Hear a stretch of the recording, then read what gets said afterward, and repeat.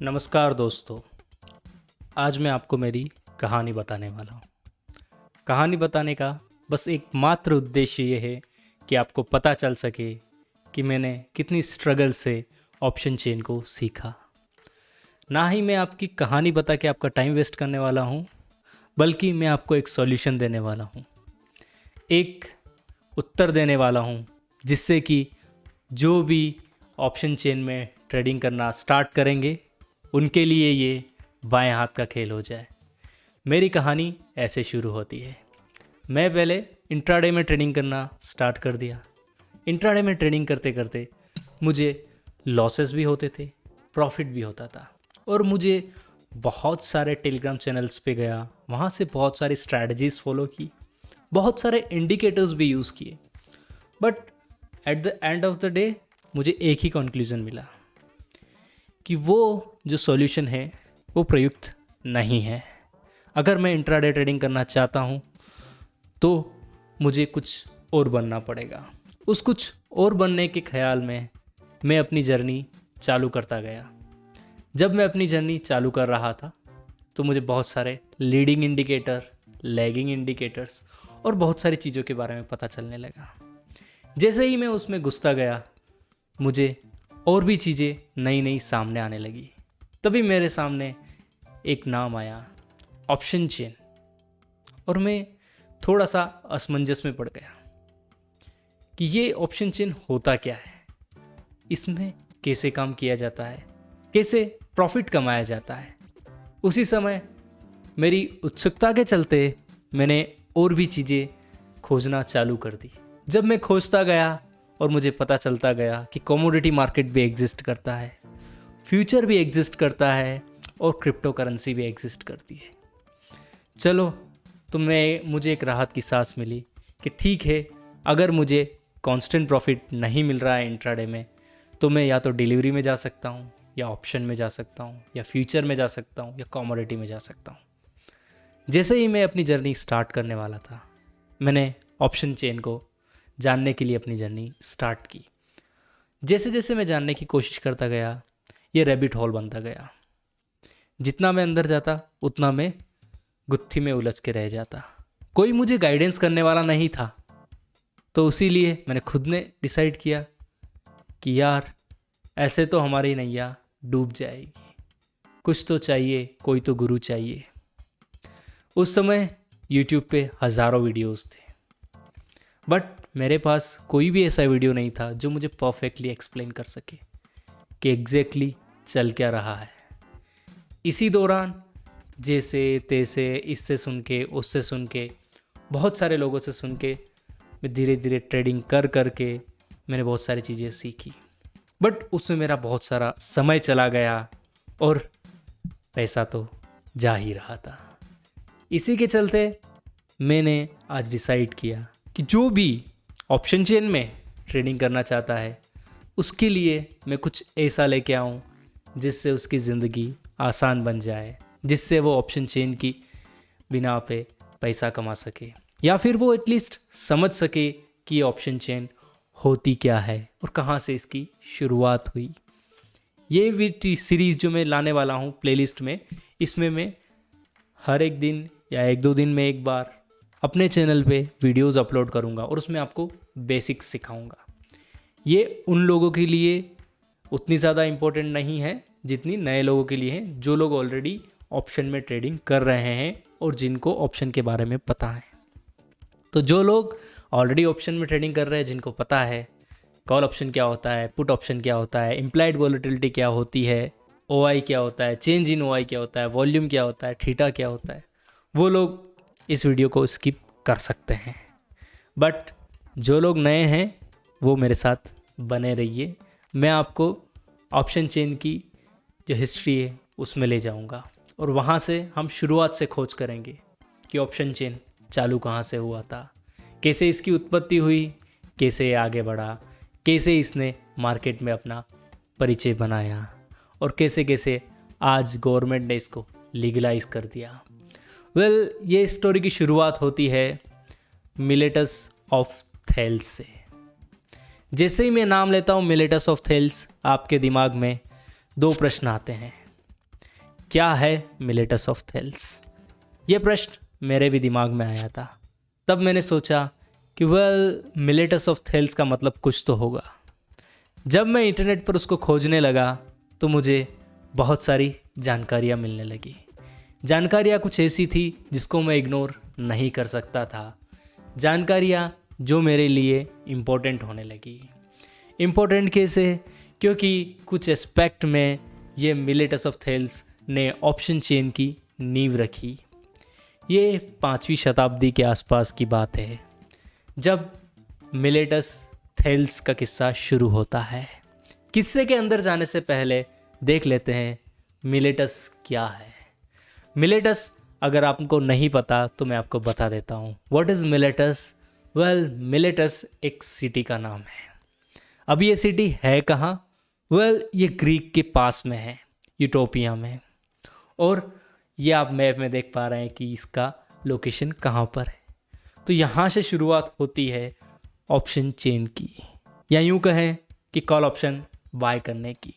Miletus की जानकारी आपको मिल गई, बट आपको अभी भी पता नहीं चला ये थेल्स थे कौन, या थेल्स कौन आदमी था। थेल्स एक आदमी था जो था एस्ट्रोनॉमर, जो था मैथमेटिशियन, जो था फिलोसोफर। ये कहानी वहीं से शुरू होती है। फिलोसोफर्स का काम होता है फिलोसॉफी करना, मैथमेटिशियन का काम होता है मैथ्स में नई नई खोज करना। ये खोज चल ही रही थी कि मिलेटस ऑफ थेल्स ज़्यादा अमीर नहीं थे। वो अपनी खोज में मग्न रहते थे, पैसा कमाने पे ज़्यादा जान नहीं देते थे। एक दिन वो एक शहर से दूसरे शहर जा रहे थे। दूसरे शहर जाते वक्त उनको कोई आदमी मिला। उन्होंने कहा, तुम ऐसे गरीब आदमी इधर से उधर क्यों जाते हो, मांगते रहते हो, और तुम्हारे तो कितना गंदा हेयर स्टाइल है। जब थेल्स ने बात सुनी तो वो अचंभे में पड़ गया कि यार मैं तो बहुत बड़ा मैथमेटिशियन हूँ, मैं तो एस्ट्रोनॉमर हूँ, फिर यह आदमी कैसी तुच्छ बात कर रहा है। उसकी बात को काटने के लिए, या यूं कहें कि अपने आप को सिद्ध करने के लिए, उन्होंने एक बात कह दी उस आम आदमी से। उसने कहा कि मेरे पास पैसा नहीं है क्योंकि मैं पैसे कमाने की कोशिश नहीं करता और मैं अपना पैशन फॉलो करता रहता हूँ। तो इस बात को सुनकर उस आदमी को अजीब लगा। उसने कहा, नहीं, ऐसा नहीं हो सकता। ऐसा होता तो तुम आज बहुत अमीर आदमी होते। हो सकता है आप मिलेटस के सबसे ज़्यादा अमीर आदमी हो। और जो थेल्स था उसकी फ़ोटो आपको यहाँ दिख रही है। थेल्स थोड़ा अचंभे में पड़ गया फिर से कि यार ये कैसा आदमी है, मेरी बात को मानने को तैयार नहीं, मुझे पहचानता तक नहीं। उसने कहा, मैं आपको सिद्ध करके बताता हूँ, आप मुझे 1 साल बाद मिलिए, मैं बहुत सारे पैसे कमा के बताऊँगा। मिलेटस एस्ट्रोनॉमर था, मैथमेटिशियन था, दिमाग लगाया उसने। उस साल अच्छी खासी बारिश हुई, मौसम बहुत अच्छा था और वहाँ पर लोग खेती करते थे ऑलिव की। तो ऑलिव की फसल बहुत ज़्यादा पैदा होने वाली थी।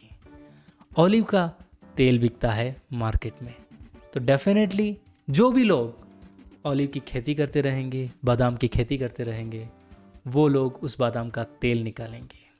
तेल निकालने के लिए उनको एक फैक्ट्री में गन्नी की ज़रूरत पड़ेगी। फैक्ट्री की गन्नी के अलावा कुछ लोग होंगे जो खुद की गन्नी में भी पसंद करेंगे कि हम तेल निकालें। तो मिलेटस ने अपना दिमाग लगाया। उसने दिमाग लगाया कि ठीक है, यहाँ पर कितनी फैक्ट्रीज़ है या फिर कितनी इंडिविजुअल सेलिंग हो रही है गन्नीस की, उनका पता लगाते हैं। उन्होंने जो उसको ऑयल निकालने वाली मशीन्स थी उन सब का पता लगाया और सारी मशीन्स को बुक कर लिया। ख़रीदा नहीं था, खाली बुकिंग की थी कि ये वाली मशीन्स मैं इस दिन ले जाऊंगा, आप मेरे नाम पे इसको बुक कर दीजिए। तो उसने उस शहर की सारी मशीनों को बुक कर लिया। अब आती है उस दिन की बात जिस दिन ऑलिव बड़ा हो जाता है, मतलब बादाम का पेड़ बड़ा हो जाता है, बादाम निकाले जाते हैं और बादाम को तेल निकालने के लिए ले जाया जाता है। उस दिन लोगों को ज़रूरत पड़ती है उस ऑलिव प्रेस्ड मशीन की। वो मशीन दिखती कैसी है? वो देख लेते हैं। ऑलिव प्रेस्ड मशीन कुछ ऐसी दिखती है और ये उसका कारखाना हुआ करता था। ये जो मशीन यहाँ पर आपको दिख रही है ये ऑलिव की मशीन है।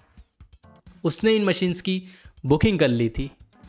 अभी जैसे लोग आते हैं कि हमको ये मशीन चाहिए या हमको इस कारखाने में इस मशीन से तेल निकालना है, कारखाना वाला बोलता है ये मशीन तो ऑलरेडी बुक हो चुकी है, अब हम कुछ नहीं कर सकते।